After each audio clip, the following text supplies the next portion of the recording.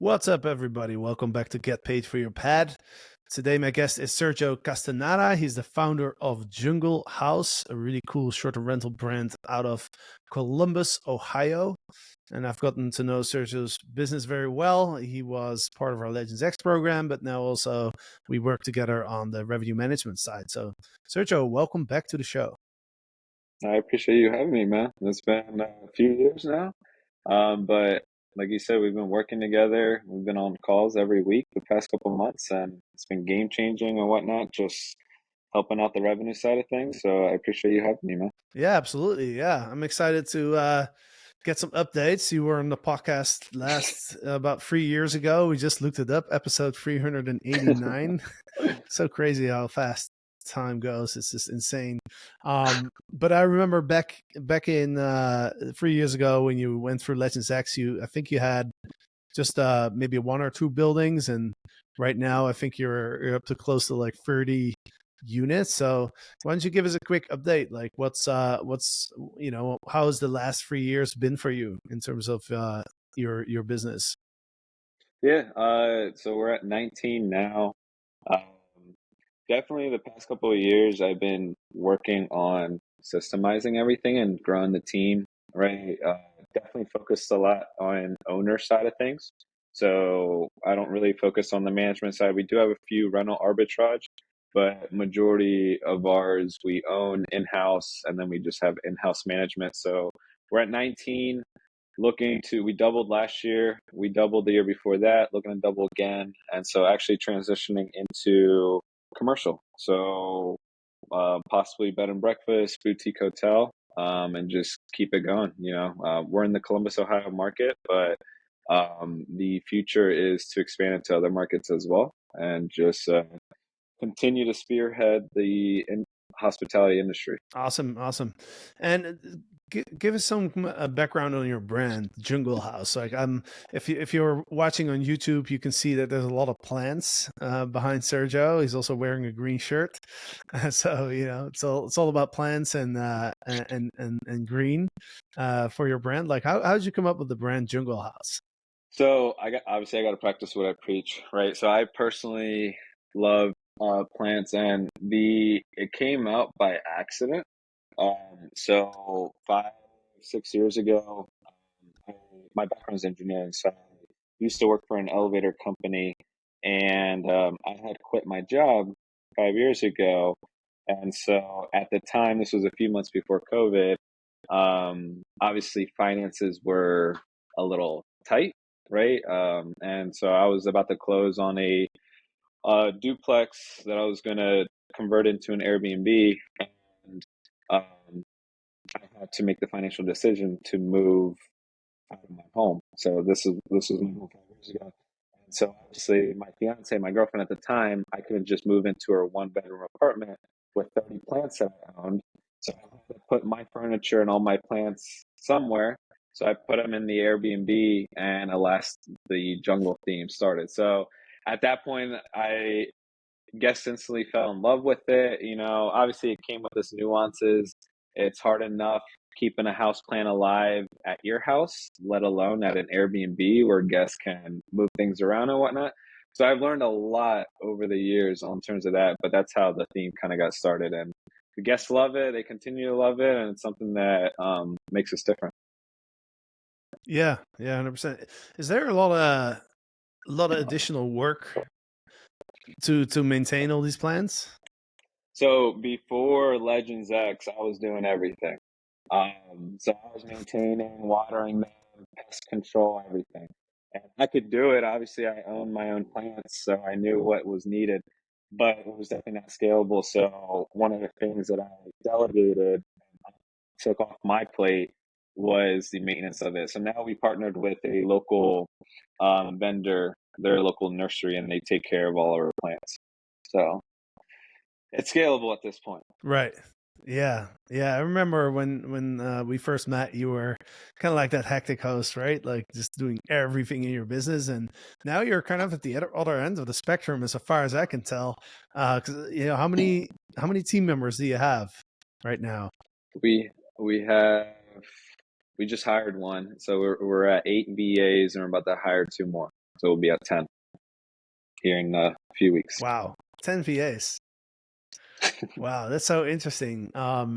That's so interesting, man. Because I know you have we had 19 units. I think we have 27 listings or something. Like one thing that we do is on the revenue management side, we have the individual units, but then we also have the master houses.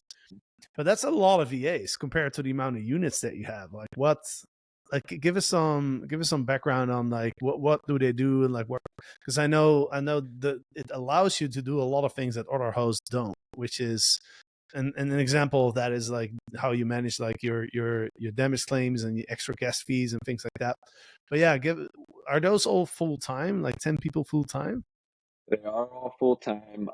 And so one thing that we're doing is kind of at the end of the day, business is business, and so we are treating everything with its own department. So where a lot of hosts go wrong is, and I can't even say anything because this was me years ago, is you try to have a general VA do general tasks, a little bit of everything. And so, of course, there's going to be some tasks they do phenomenal on, and there's going to be some tasks that they're not necessarily the best at. Similar to you, you're really good at some things, and you're not going to be so. You have your strengths and your weaknesses. So one thing that we're doing and we have been doing, and it's still improved, work in progress, is creating departments where we can have the roles actually define, hey, you're in charge of marketing and only marketing, you're in charge of sales and only sales and whatnot, and then tracking those KPIs per team member. So we do have like a full-time marketing person. We just hired a full-time sales person. Um, we are transitioning someone in-house to be full-time claims manager. So that way, that's all that she will be handling. We have someone in charge of cleaning. We have someone in charge of maintenance and repairs.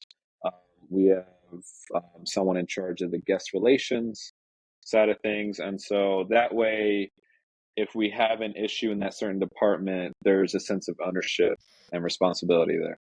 So it is, Mm-hmm.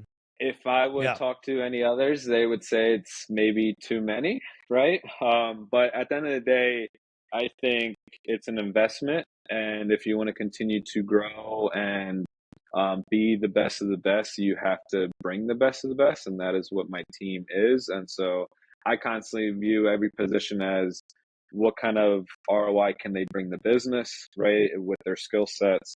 And if they can add value to it, Mm-hmm. then to me, it's a no brainer. And so the business has been able to grow so quick Right. because of it. Yeah, for sure. Let's talk about the extra gas fees. You get quite a lot of revenue out of charging extra guest fees, right? Why don't Mhm. you walk us through your strategy and your process behind that? Yeah, so our, we're in an urban market, right? So we have a lot of single travelers, couples coming in town, but then we also have the bigger groups. So it's not your necessary like your Floridas or your beach markets or your destinations where it's all big groups. So we have a little bit of everything, whether people coming in town for a convention or people, a big group coming in town for a big Ohio State football, college football game. So with that being said, the strategy is to price accordingly per each group. Some of our hosts can sleep up to 10, and it's rather than having a flat fee for whether they're staying, one person's booking it or 10 people, we do a flat fee up to the first two guests, and then every guest after that is an additional charge. So that way we can be price competitive for a two-person party versus a 10-person party.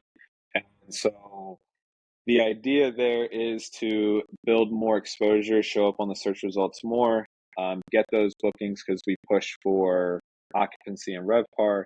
But then also, I understand that some guests may not have the correct number of guests on there, right? They'll book it for two when really eight people come. So one thing that my team excels at is that we do monitor at all the everything happening just for the safety of our guests and whatnot. And with that being said, if it is something that they do have eight people staying, we will, and we have that disclosed in our house rules that we will charge them accordingly because that was something that would have been charged up front in the beginning of the reservation. So it is an actual, like, you could word it differently. Obviously, it's revenue that should have been there from the start, but we are pretty detail oriented when it comes to getting that claims process on the aftermath if we need to. Yeah, for sure. And I'm sure I see that happening in other clients' portfolios too, where people book for, let's say, 4 people, and there's extra Hmm. guest fees above that, and then they show up for 6 or with 8. Hmm. But then not every operator has a lot of operators kind of like let that slide because they just don't really have the manpower, the process in place to, you know, to really like capture that extra revenue. Um, Hmm. so so how what's the process look like for you, right? Let's say like people book for 4 people and then they show up with Hmm. 8. Walk us through that whole process of how you collect those Yeah. extra fees. So we do use um, technology. So we use Point Central and Aperto. So they're both they handle our door codes and whatnot. And so both systems will send my team a text message when the guest uses their code for the first time. So 9 times out of 10, the entire party will be there when they're checking in. So that's kind of the easy, quick way to know the whole 80/20 rule. If you really have limited time to check everything, the time that they check in is where you're going to capture a majority of it. And so that is where they can easily, we have surveillance, which you have to disclose on Airbnb as well. So we have external surveillance on all entrances of the property. So that way, again, for safety, but then also to ensure that the guests are doing what they booked the home to do. And so they will monitor that when they get that notification to ensure that it is the correct guest count and whatnot. And obviously, different nuances, right? They may bring their parents over just for an hour or two just to see them because their parents came a ride. So it's something to monitor. It's not like they quickly just submit the claim. If they see that the person stayed overnight, then at that point, it's something that they will submit on Airbnb. Um, at the end of the day, when it comes to any claim with whether it's Airbnb or any other booking channel, it's your claim versus their claim, right? So the more detail oriented you can be, the better. And it can be tedious.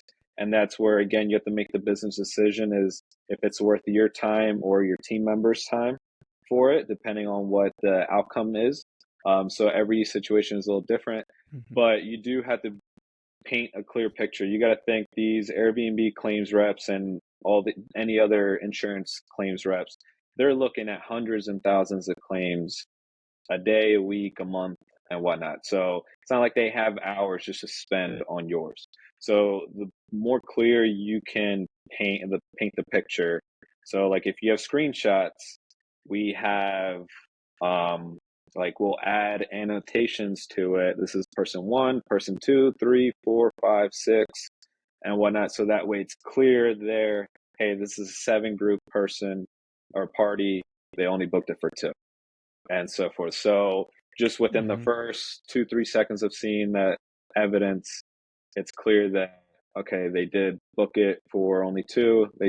7 people stayed, and so Airbnb is more likely to be in your favor, being that you gave everything there. So it's about being very detail oriented when it comes to that. The more, the better.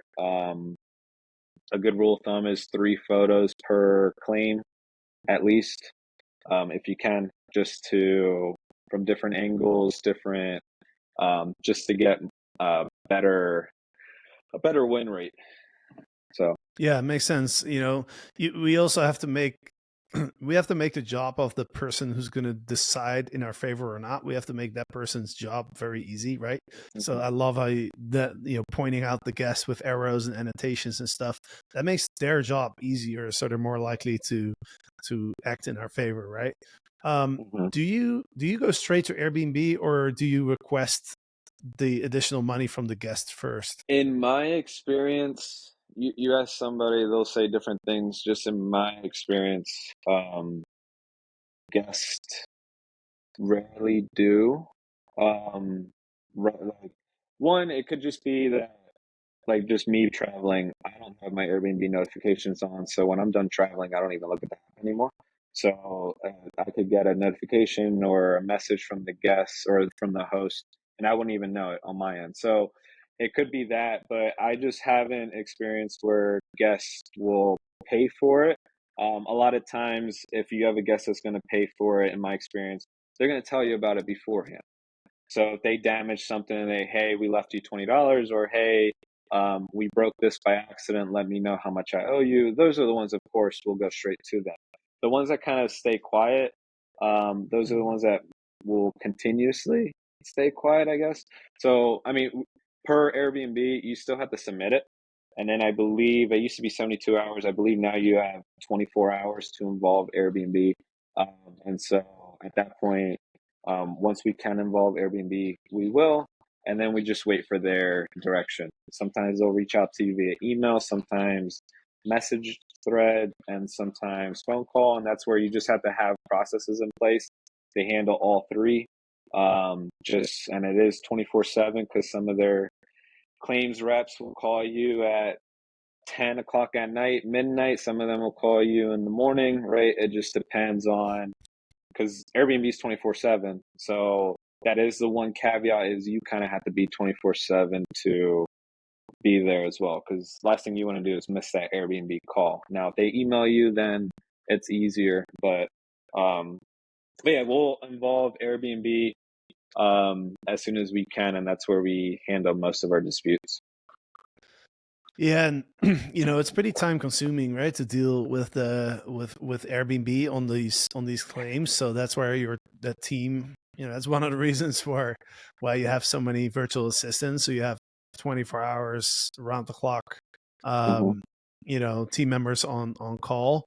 And I guess, I mean, looking at the amount of money that you are able to claim on a monthly basis, that probably like pays for several full-time virtual assistants. Yeah, and that's kind of the approach to it. Like, obviously, it's a lot of time if it's just you, right? Anything that's going to take a few hours is a lot of time. You only got 40 hours. So it's all relative to that. But if you have a whole team, it's not as time consuming because now everyone kind of is pitching in and this person can submit it while this person follows up on the status of it and whatnot. And so there's and that's kind of what I said. Like when we hire a new position, that's kind of what benefit are we getting from it? Just anything is business 101. You're going to hire a marketing person with the intent that that person is going to bring you more sales, more revenue to justify the salary. And so that's kind of the um, high level approach with it.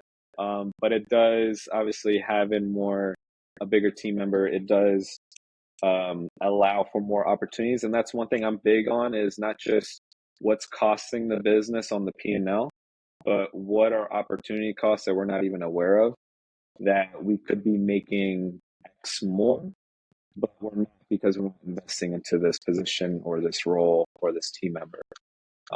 Obviously, we hired you as a revenue Yeah. manager, and that was kind of my approach on it is could we try to do it in-house and save some money?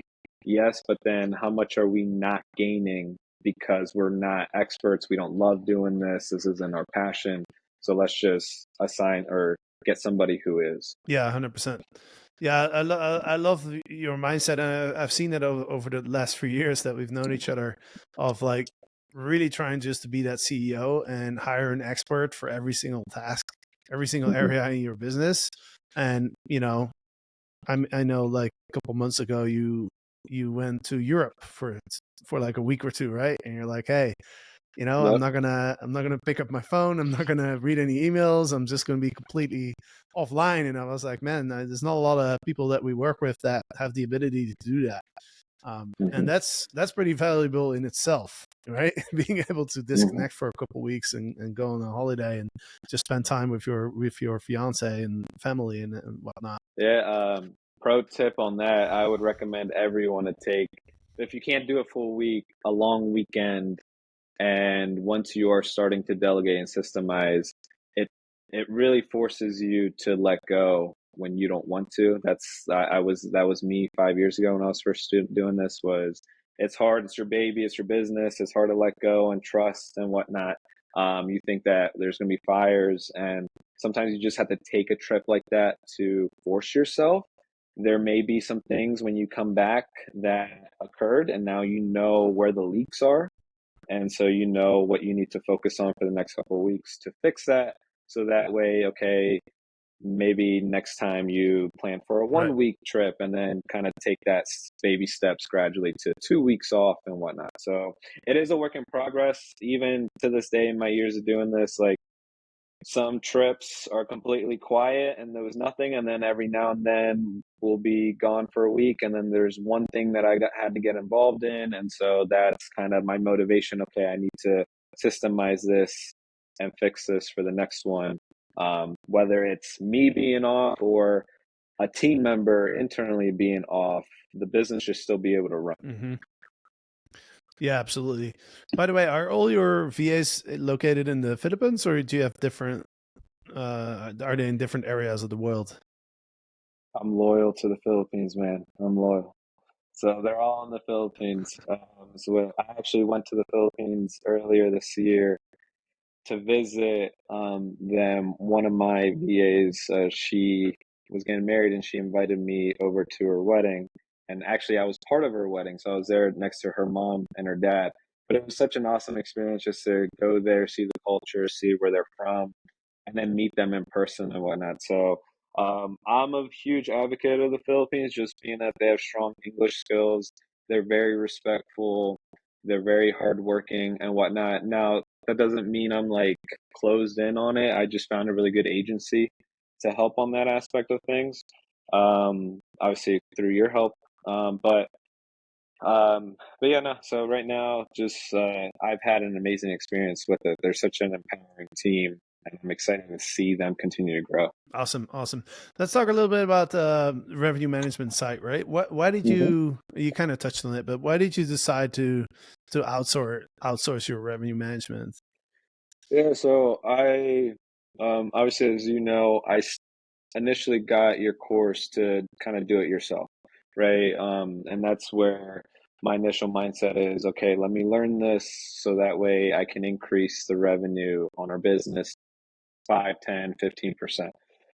And so what I just found real quick was I wasn't able to dedicate consistently the time needed to perform the way I wanted to perform. Kind of going back to the whole opportunity cost, that week or 2 weeks that I just didn't touch it or barely looked at it, we would get bookings, and it wasn't until half our portfolio was already booked that I'm like, hey, maybe I should raise this price, and it was too far too late at that point, and I'm just thinking, how much am I costing the business by trying to do everything myself when I can't dedicate the consistent time for it?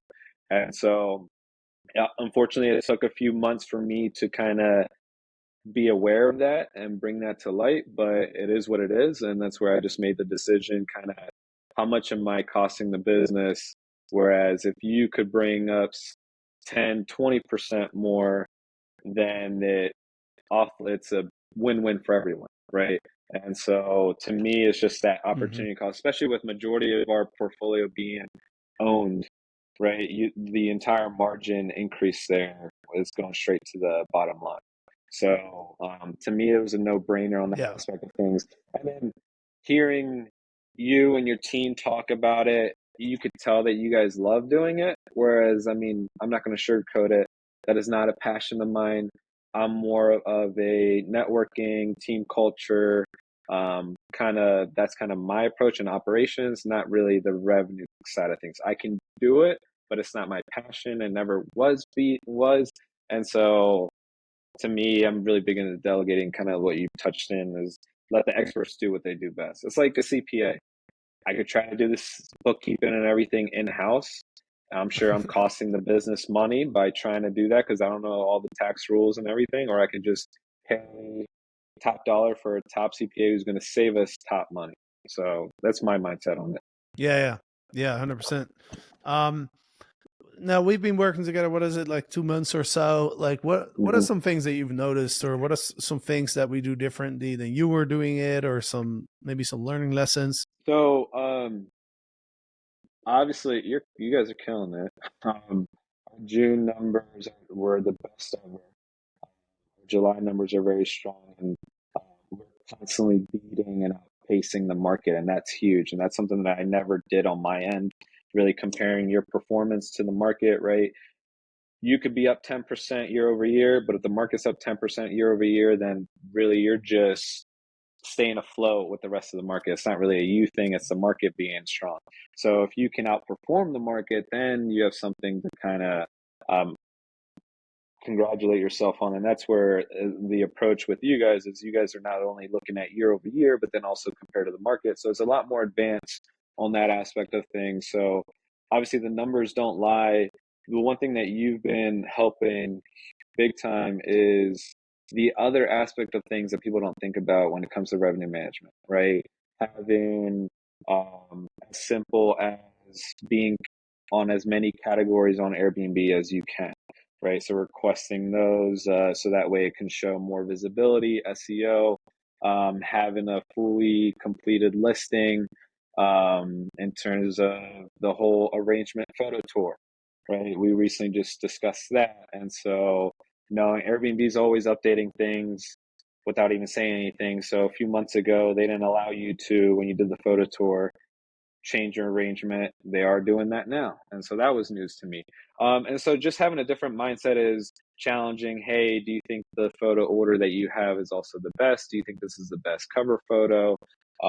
Maybe looked at fill out your checkout instructions, your guest interaction preferences on Airbnb, things like that, to where it could move the needle without actually having to tweak pricing on price labs. So that's been really eye-opening, and at the end of the day, it's another decision. And what had motivated me to also work with you guys is obviously knowing that um, you are very well connected and your team is very well experienced in the industry. So to have a consultant to kind of bounce ideas off of and also challenge our beliefs, we only know so much. And so two heads are always better than one. So if we can kind of put two brains into it, hey, we're thinking this, what do you think, to increase the revenue to again be a win-win for everyone, to me it was a no-brainer. Yeah, yeah, I'm glad you mentioned that. Like, I think that's something that a lot of hosts or operators don't realize is how wide the topic of revenue management really is, right? Mm-hmm, People think of like prices, and a lot of people think, oh, just setting the base price. That's basically revenue management, right? mm-hmm, But there's so much involved, right? I mean, every aspect of the business has to be optimal and has to be dialed in. Like you touched on the marketing side, the operations side, getting the reviews, even like your process of with the extra guest fees and everything. All those things contribute to in the end of the day, just maximizing the amount of dollars that end up in your pocket. And yeah, you you mentioned also like for you since you own and master lease most of your units, those those dollars go straight in your pocket, right? There's no extra mm-hmm, cost except for our fee, of course, but there's no investment mm-hmm. elsewhere, right? You're not investing in a hot tub to raise your revenue. No, it's just optimizing things where you don't have to actually invest any money into it. So of course, if you're managing, then yeah, you can increase your revenue by 20%. But if your management fee is, let's say, 25, then only 25% of that 20% is ending up in your pocket. The rest goes to the Mm-hmm. owners, which is also positive. Because we notice on some of the management clients that the clients that we work with that do management, their owners are starting to notice like, hey, we're making more money, and they're starting to Yeah. refer other, they give them more houses, or they start to refer other people. And so there's Mm-hmm. definitely a benefit there as well. But yeah, for you, it's just nice. It's like, hey, if there's 20K extra revenue, then that's 20K, you know, Mm-hmm. minus our fee, which is a lot less. So, there's money Yeah, in your no, pocket, if right? you Which keep it is up, which is Jasper, I'll awesome. have And it 20 saves you time. VAs So because I'll it just have makes, it's just a more money win-win in the bottom for line us, to right? For reinvest. for you, for us. Exactly, right? And now I mean, you've since we started working together, you've already added 2 more buildings, I think. So Yeah. um awesome, man. Well, I appreciate you were sharing all these insights today with us on the podcast. Before we wrap up, why don't you tell people if they're interested in learning more about your business? Like, it's obvious that you have a very sophisticated and dialed in operations going on. Like, you're expanding, you're doing a lot of cool stuff. So I can only imagine that people would be interested to learn more. So where Mhm. can they go, and and how can people uh, reach out to you and potentially work with you? Yeah, of course. So just one little challenge I have for the audience is it's so easy in this business and just any business is to get complacent. And that's one thing, obviously, in my 6 years doing this is you're seeing the same listing, you're thinking it's okay or it's good enough and whatnot. And whether you bring on someone new or you're talking, networking with somebody new in the space, get a different set of eyes to challenge your thoughts, right? And that's one thing that has been more eye opening with working with you is what I thought my listings were optimal. We're already getting 4.95 rating. So what is there to change? And then you question or point some things out that has actually helped improve. And I would have thought that that would have never been the case, right? So just it's easy to be complacent. So have a strat or a system in place. But yeah, if anyone's interested, you can. Our website is junglehouse.org. So feel free to send me an email, Sergio at junglehouse.org. We can always connect there. I'm always open to connecting with people in the industry. We're also, being that we're transitioning into commercial space, so if anyone intrigued into partnering with us or investing, they could reach out and schedule a call with me at junglehouse.org/invest to make it easy. And so, yeah, no, just whether it's scheduling a call with me or Jasper or anyone, just like I said, it's so easy to be complacent. So definitely have a separate set of eyes to see where you can improve on because revenue is it's going to continue to be a big thing in this industry. The industry itself is still fairly new, but as it continues to mature, revenue management is going to continue to grow and be a huge factor that people are going to start, should be, and will start taking more charge on. So 100%, man. Well, thank you so much for jumping on here. So if people are interested, again, let me just repeat the URL. So junglehouse.org/invest is where you can find Sergio's offer there, and like there's a calendar, or you can schedule a call and everything. So yeah, check that out. And Sergio, appreciate you, man. Thanks for being awesome and joining the podcast. And hopefully we'll be able to work together for a long time. yeah, man, I appreciate it. Thanks for having me. Absolutely. And to the audience, thank you for listening. Hope this was helpful. And we'll be back soon with another podcast of Get Paid for Your Pad. So have a great week and we'll see you next time.